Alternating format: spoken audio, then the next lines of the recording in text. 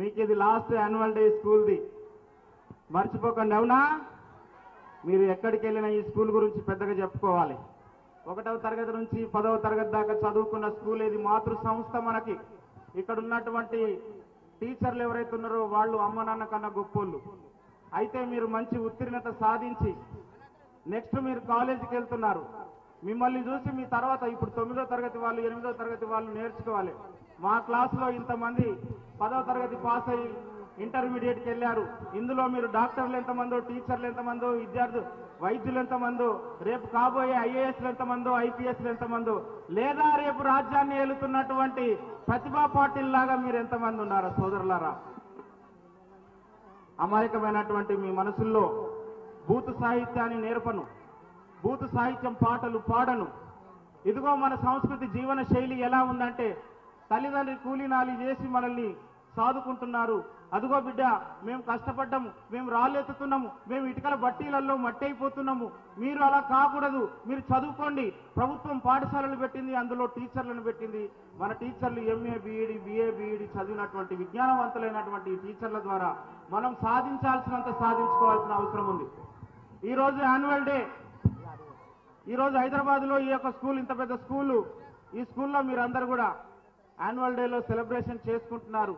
ఈ యొక్క సెలబ్రేషన్ ఏదైతే ఉందో చాలా సంతోషకరమైనటువంటి సెలబ్రేషన్. అయితే మొట్టమొదటగా మనకు టీచర్ ఎవరైతే ఉన్నారో, సామాజిక ఉద్యమ పోరాట నిర్మాత ఎవరైతే ఉన్నారో మహాత్మా జ్యోతిబా పూలే, ఆయన భార్య సావిత్రిబాయి పూలే. ఆ సావిత్రిబాయి పూలేకు చదువు నేర్పాడు మహాత్మా జ్యోతిబా పూలే. ఆమెకు నేర్పించి ఇదిగో బడుగు బలహీన వర్గాల వారిని చదువుకోనియట్లేదు. ఆనాడు ఆడవాళ్ళు కూడా చదువుకోవద్దని చాలా కండిషన్లు ఉండే. ఆడవాళ్ళకు కూడా చదువు చెప్పని సావిత్రిబాయి పూలే మనకు చదువు చెప్పింది మొట్టమొదటి టీచర్.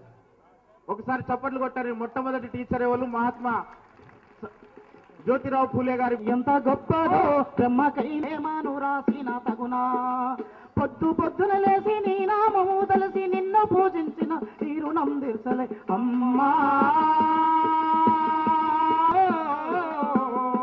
మనసుకు కాదు మరువతరమో, కమ్మనైన అమ్మ పాట ఎంత మధురమో కొనియం కక్కియల్ పెద్ద గుట్టాల మిండే సామిట్ల హమ్మలు సబ్బలే అరగు సాగిట్ల హమ్మలు చేస్తే పావురంగానే గారము చేస్తే ముద్దాడి సంకన ఎత్తుకుంటాది, ముద్దాడి సంకన ఎత్తుకున్నాదేమో, ముద్దాడి సంకన ఎత్తుకుంటాదేమో. ముత్యమా మెరిసే రచ్చి ఒళ్ళు గాలుతే అమ్మ గుండె నిండా బాధ ఉంటది. ఓ దేవుడా నా కొడుకును కాపాడమని వేడుకుంటది. కొడుకులేసి ఆడి నచ్చినప్పుడే అమ్మ మగములో నా కోటి దీపాలు అమ్మా.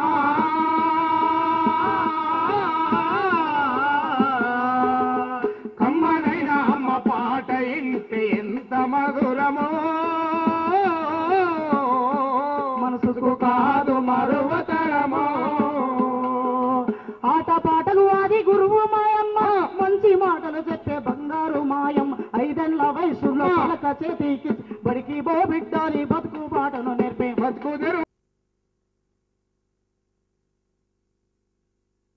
మరువతరమో, మనసుకు కాదు మరువతరమో.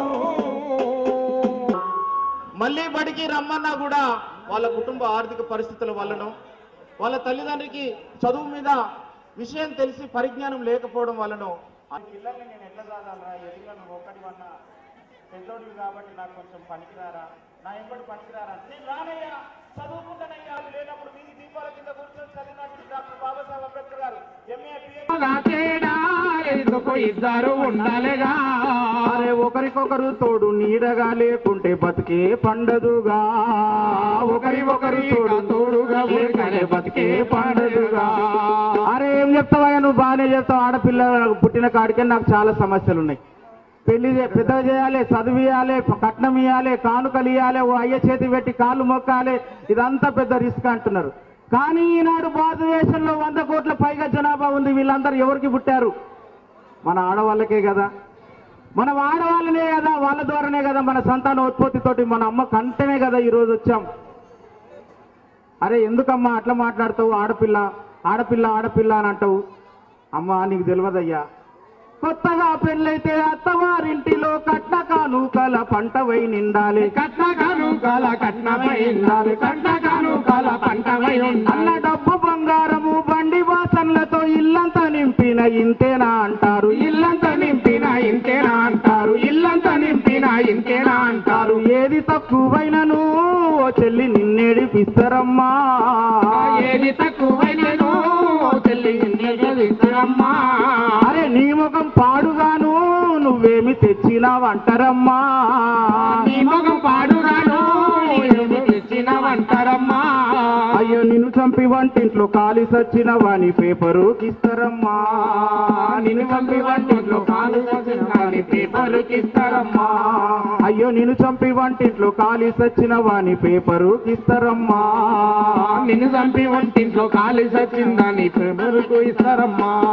అయ్యో ఉడ్చాలి చల్లాలి కడగాలి ఉతకాలి వండాలి వడ్డించి తినదాకా ఉండాలి వడ్డించి వడ్డించి తినదాకా ఉండాలి ఉండాలి వడ్డించి తినదాకా ఉండాలి ఉడ్చాలి చల్లాలి కడగాలి ఉతకాలి వండాలి వడ్డించి తినదాకా ఉండాలి వండాలి వడ్డించి తినదాకా ఉండాలి వండాలి వడ్డించి తినదాకా ఉండాలి ఒళ్ళెంత వంచిన పరివడవదోయమ్మ తెల్లారే పొద్దుకే తీర్వాట మీదమ్మ తెల్లారే పొద్దుకో తిరువాట ఉండదమ్మా తెల్లారే పొద్దుకో తిరువాట ఉండమ్మా రోజుకి 24 గంటలు నీకు డ్యూటీ ఉంటదమ్మా రోజుకి 24 గంటలు నీకు డ్యూటీ ఉంటదమ్మా 8 గంటలే చేసొచ్చి నీ మొగడు ఎగిరెగిరి పడతాడమ్మా 8 గంటలు చేసొచ్చి నీ మొగడు ఎగిరెగిరి పడతాడమ్మా అయ్యో 8 గంటలే చేసొచ్చి నీ మొగడు ఎగిరెగిరి పడతాడమ్మా అయ్యో 8 గంటలు చేసొచ్చి నీ మొగడు ఎగిరెగిరి పడతాడమ్మా అయ్యో కడుపు చెంచుకొని పిల్లల్ని కన్నావు కాచినవు పెంచినవు పెద్ద చేసినావు కాశీలో పెంచినవు పెద్ద చేసినావు కాశీలో పెంచినవు పెద్ద చేసినావు అయ్యో ముసలిదాన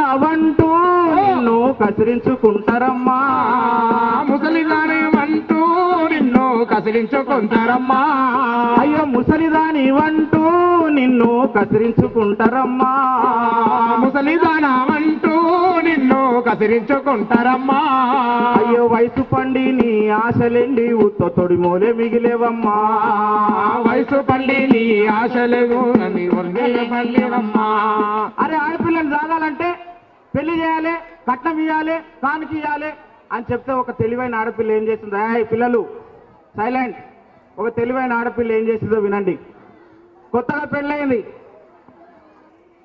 ఆ పిల్లగాని వాళ్ళకి చెప్పిండు ఆ అమ్మాయి చెప్పింది మన పెళ్ళైతే కానీ మా వాళ్ళతోటి బాగా తీసుకొస్తాను పెళ్ళి అయింది పెళ్లి కాగానే ఇద్దరు సాయంకాలం అట్లా ట్యాంక్ బండ్కి వెళ్ళిండ్రు ట్యాంక్ బండ్కి వెళ్ళి అట్లా కూర్చొని కాసేపు టైం పాస్ చేసుకున్నారు చేసుకున్నాక పొద్దుపోయింది బస్సులు లేవు అయ్యో బస్సులు లేవు కదా ఎట్లా మరి ఇప్పుడు మీ నాయనకు చెప్పి ఒక స్కూటర్ అన్న కొనియే అని ఈయన అంటున్నాడు ఏమని మీ నాయన ఒక బండి పెట్టింటే మనం ఇంత లేటుగా కాకపోవు కదా లేదు మా నాయన నీకు చాలా పెద్దది పెట్టాలనుకుంటున్నాడు చిన్న బండి ఎందుకు అడుగుతావని ఆ పిల్ల అన్నది పెద్దదంటే ఏందే కారు కొనిస్తాడా అని అడిగింది దానికన్నా పెద్దది పెడతా అంటుండు ఏం పెడతా అంటుండే దానికన్నా పెద్దది అరే ఇంకా పెద్దగా ఏముంది కారు కన్నా అంటే చాలా పెద్దది పెడతా అంటున్నాడు నీ ఇష్టం నువ్వు ఇప్పుడు తొందరపడగా కొంత ఓపిక పట్టు మా నాయన నీకు చాలా పెద్దది పెడతాడు అని ఏం పెడతాడు అని ఏమన్నా ఐస్ క్రీమ్ అమ్ముతున్నారా పల్లి బఠానాలు అమ్ముతురా కొనుక్కొచ్చి ఇస్తున్నాడు ఐస్ క్రీమ్ తిన్నదా అమ్మాయి పల్లి బఠానాలు బుక్కిందా అమ్మాయి అన్ని తిన్నది అప్పుడు చెప్తుంది మా నాయన పెడతానది నీకు చెప్పాలి నా అన్న అది చెప్పు రాదా నాకు టెన్షన్ వస్తున్నది నా పాకెట్లో ఉన్న పైసలన్నీ ఖర్చు పెడతా ఏం పెడతానో చెప్పు మీ అయ్యకి దండం పెడతా అని అంటూ మా అయ్య రైలు బండి పెడతా అంటాడు మీ అయ్యని అడిగి పట్టాలు వేసుకోవాలన్నాడు